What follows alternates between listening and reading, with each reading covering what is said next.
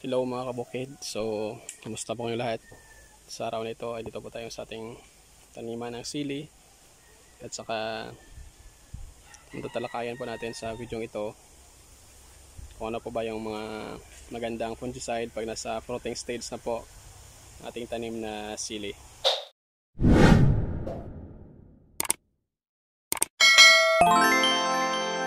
Yan po mga kabukid, yung ating tanim na sili. Medyo marami-rami pa po mga bunga.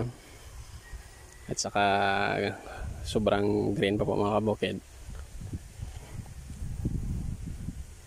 So ang una po namin ginamit dito mga kabukid na fungicide pag nasa fruiting stage na po ang ating tanim na sili ay Detain. Yung Detain po mga kabukid ay umiiwas sa lapnos at saka sa anthracnose sa bunga nating mga sili.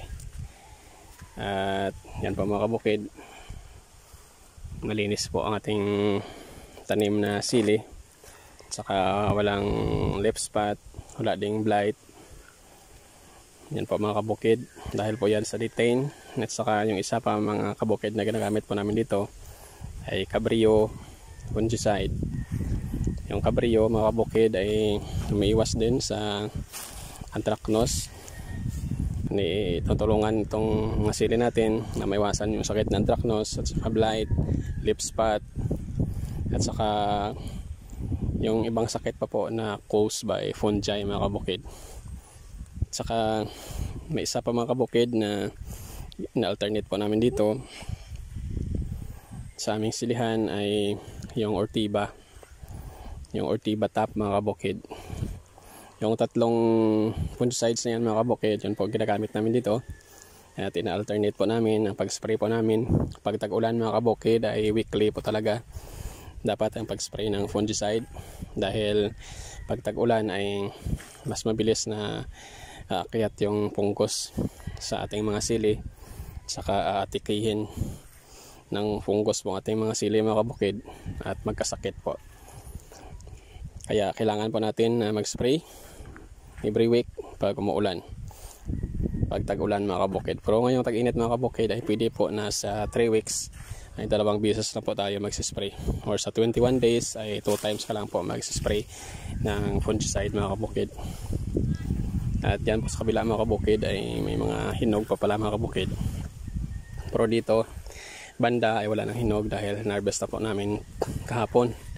At bininta nga po ni tatay ngayon. Pero konti lang po kasi yung order mga kabukid. Napakarami po kasi ngayong sili dito sa amin.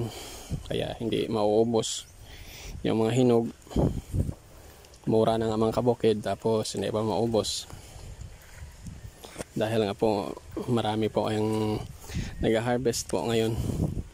Hindi ko alam, baka ngayong December mga kabukid or sa second week or sa third week ng Disyembre baka tataas na rin po yung presyo ng ating sili mga kabukid.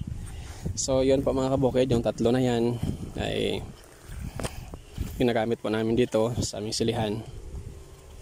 Detain, Cabrio, saka Ortiba top mga kabukid. At nag-spray din kami dito ng calcium boron pa rin mga kabukid.